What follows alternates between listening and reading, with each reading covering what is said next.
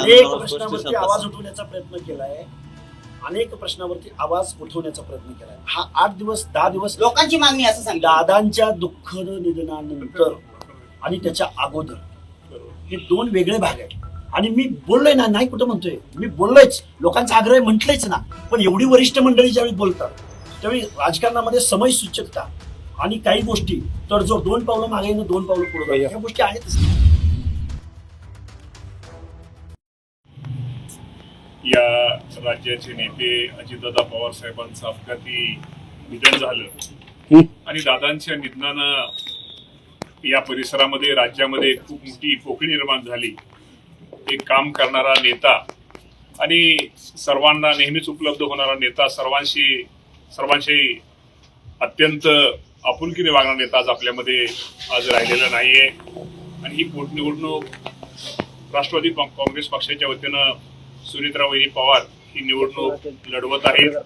आणि ही निवडणूक लढवत असताना मी सुनीत्रा वहिनी ही निवडणूक बिनविरोध व्हावी आणि विशेषतः हाके सरांनी यामध्ये सुनीत्रा वहिनींना सहकार्य करावं, पाठिंबा द्यावा ही विनंती करण्यासाठी मी आज सुनीत्रा वहिनींच्या वतीनं हाके सरांना विनंती करण्यासाठी आलेलो आहे. मी हाके सर आणि मी, किरणदादा असतील, आमचे बापूरावजी असतील, पांडुरंगजी असतील, आमचे देवकाते साहेब असतील, आता मी सगळ्यांची नाव घेतलं. टकले भाऊ आमचे टकले पाहून असतात, सगळ्यांची मी आता ते सगळ्यांची तिथं आम्ही चर्चा केली. सूरज असेल आणि सगळ्यांना त्यांची चर्चा केल्यानंतर हाके सरांना बारामतीची निवडणूक ही बिनविरोध होणं का गरजेचं आहे आणि आपण माघार वहिनींना पाठिंबा देणं का गरजेचं आहे हे मी हाके सरांना सांगितलं. आणि हाके सरांना सांगितल्यानंतर हाके सर पण आता तुम्हाला तो खुलासा करतीलच. आणि हाके सरांनी निश्चित प्रकारे हाके सरांनी चांगल्या विचाराबरोबर चांगल्या गोष्टीला हाके सर मी म्हटलं नेहमीच पाठिंबा देतो. हाके सरांची भूमिका ही राहिलेली आहे. तो निश्चित प्रकारे मी आज आपल्या वतीनं मी सर्वच उमेदवारांचे बाकीचे उमेदवार त्यांना विनंती करतो. ही निवडणूक पोटनिवडणूक आहे. आपल्याला खरंच अजितदादा पवार साहेबांना श्रद्धांजली जर व्हायची असेल तर ही निवडणूक बिनविरोध होण्यासाठी सर्वांनी सहकार्य करावं, सर्वांनी प्रयत्न करावं, सर्वांनी माघार घ्यावी ही मी आपल्या माध्यमातून सर्व उमेदवारांना विनंती करतो. हाके सरांचा काय निर्णय झाला, काय सांगितलं त्यांनी तुम्हाला? मी हाके सरांना विनंती केलेली. आता हाके सरच आपल्याला त्या बाबतीमध्ये सांगतील. आणि हाके सर निश्चित प्रकारे मी ही निवडणूक बिनविरोध होणं किंवा वहिनींना पाठिंबा का देणं गरजेचं आहे. आणि मी वहिनींच्या वतीनंच आलेलो आहे. वहिनींचा पण त्यामुळं वहिनींचं त्यांचं पण बोलणं हाके सरांचं झालेलं आहे. त्यामुळं निश्चित प्रकारे आणि ही पोटनिवडणूक आहे. दादांना श्रद्धांजली खरंच आपल्याला व्हायची असेल शेवटी त्यासाठी आपण माघार घ्यावी, आपण उमेदवारी अर्ज भरू नये मी हाके सरांना विनंती केलेली आहे. त्यामुळे या बाबतीमध्ये हाके सरच आपल्याला त्यांचा हे सांगतील. हाके सर काय तुमचा निर्णय आहे? बघा, बारामतीची पोटनिवडणूक लढण्यासंदर्भात माझी भूमिका ही सहानुभूतीची प्रचंड मोठी लाट या बारामतीमध्ये आहे. ही वस्तुस्थिती असताना सुद्धा आम्ही काही प्रश्नावरती लक्ष वेधून घेण्यासाठी, कारण मी कुठल्या पक्षाचा सदस्य नाहीये किंवा राजकीय मुवमेंट माझी अजून नाहीये किंवा माझी तशी मूळ नाहीये, तरीही मी या पोटनिवडणुकीमध्ये मी जो एक ओबीसी आंदोलक आहे, मी नेहमी भटक्या विमुक्त जाती जमातींच्या संदर्भात, ओबीसीच्या संदर्भात नेहमी आवाज उठवणारा म्हणून मला एक तशी स्पेस मिळालेली आहे. आणि मग मी या निवडणुकीच्या निमित्तानं मी काही गोष्टी आक्रस्ताळीपणे किंवा थोड्याशा विद्रोही भावनेमध्ये किंवा थोड्याशा म्हणजे आक्रमकपणे मांडण्याचा प्रयत्न करतोय आणि करत होतो. आणि असं करत असताना भरणे मामांनी आत्ता त्यांनी सांगितली ही परिस्थिती. मला महाराष्ट्रातल्या वरिष्ठ नेतृत्वांचे फोन आलेले, त्यामध्ये सुनेत्राताईंची रिक्वेस्ट आहे, त्याचबरोबर देवेंद्रजी फडणवीस साहेबांची रिक्वेस्ट आहे, एकनाथरावजी शिंदे साहेब, अगदी पुढे जाऊन उदयजी सामंत साहेब आणि त्यानंतर अगदी धनंजय मुंडे साहेब आणि भरणे मामा साहेब, या सगळ्या लोकांनी कॉल केल्यानंतर मला मी थोडा विचार केला. माझी लढाई आहे का, तर ती आहेच. गेल्या वर्षभराच्या कालावधीमध्ये आमचे काही प्रश्न मार्गी लागत नाहीत का, तर लागत नाहीतच. हे सगळं जरी मान्य असलं आणि ही आमची भूमिका, आमच्या चळवळीची भूमिका आम्ही इथून पुढे कंटिन्यू करणार आहोत का, तर करणार आहोतच. स्वर्गीय दादांच्या बाबतीमध्ये सुद्धा दादांकडे मी प्रचंड दादांना डोळ्यासमोर ठेवून मी काही प्रश्नावरती आक्रमकपणे भूमिका मांडत होतो. पण ती भूमिका मांडत असताना एक मासला डोळ्यासमोर ठेवून पब्लिक किंवा क्लासला डोळ्यासमोर ठेवून ही भूमिका मांडण्याचा माझा प्रयत्न होता. आणि काय होतं, संघर्ष करत असताना कार्यकर्त्याला खूप आक्रमक पद्धतीने मांडणी केली जाते आणि परत त्याला थोडंसं ट्रोल पण केलं जातं. पण त्या गोष्टीची आम्ही कधीही काळजी केली नाही. पण आम्ही प्रश्न मांडण्याचा खूप प्रामाणिकपणे प्रयत्न करतोय.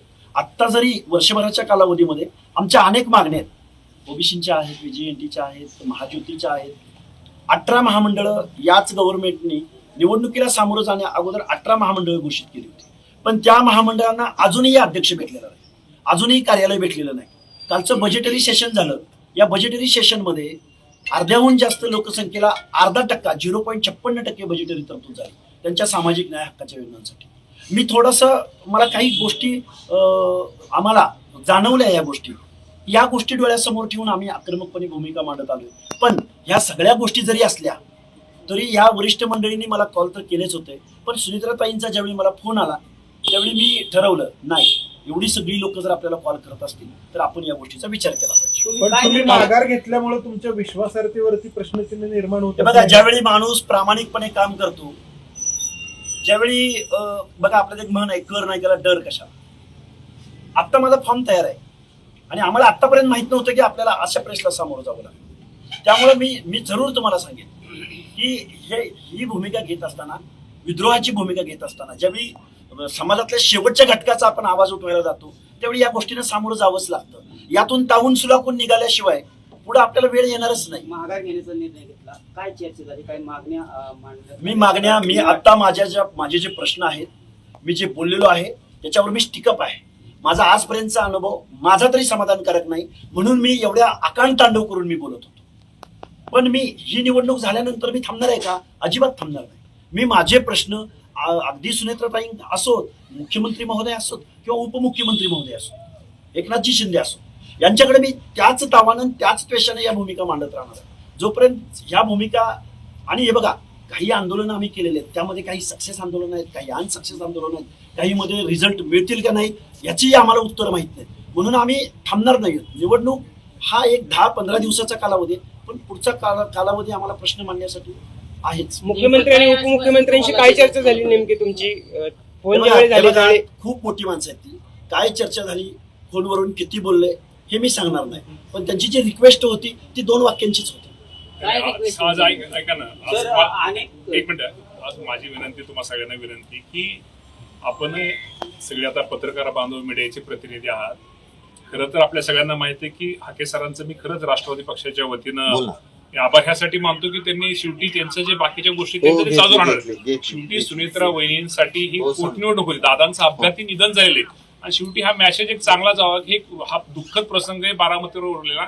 आणि या दुःखद प्रसंगामध्ये निश्चित प्रकारे शेवटी आपण सगळ्याचा विचार करून, सारांशाचा विचार करून, त्यांची निवडणुकीची तयारी असता सुद्धा सुनेत्रा वहिनींचा फोन, मी स्वतः त्यांना विनंती, सुनेत्रा वहिनीची विनंती, ही गोष्ट आपण माघार घेणं का गरजेचं आहे. या सगळ्या गोष्टी त्यांनी माघार, पण त्यांनी एवढं असताना सुद्धा, त्यांची तयारी असताना सुद्धा ते आज ते माघार या निवडणुकीच्या ह्याच्या उमेदवार माघार घेत आहेत.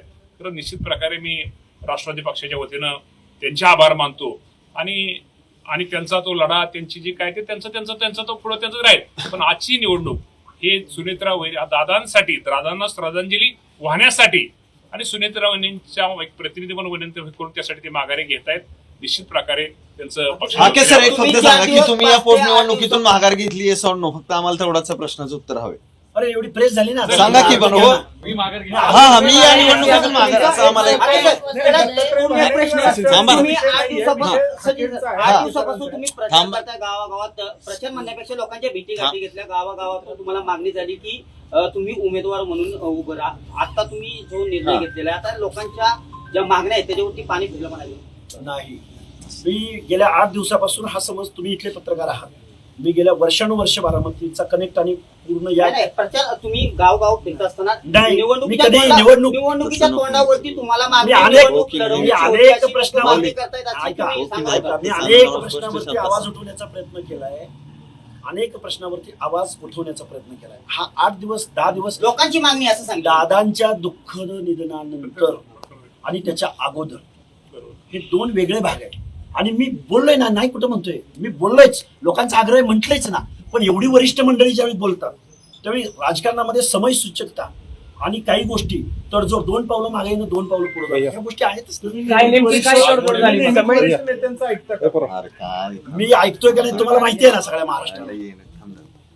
तुम्हाला आज त्यांनी- महाराष्ट्राला आज 4 त्यांनी- वर्षात, गेल्या 4 वर्षामध्ये लक्ष्मण हाके माहिती आहे तुम्हाला. मंदारजी, आज त्यांनी सुरेंद्र वैद्य दादांच्या श्रद्धांजली वाहण्यासाठी आज बारामतीमध्ये दुःखात हे प्रमाण सुरेंद्र वैद्यांना पाठिंबा देण्यासाठी आज त्यांनी माघार घेतलेली आहे.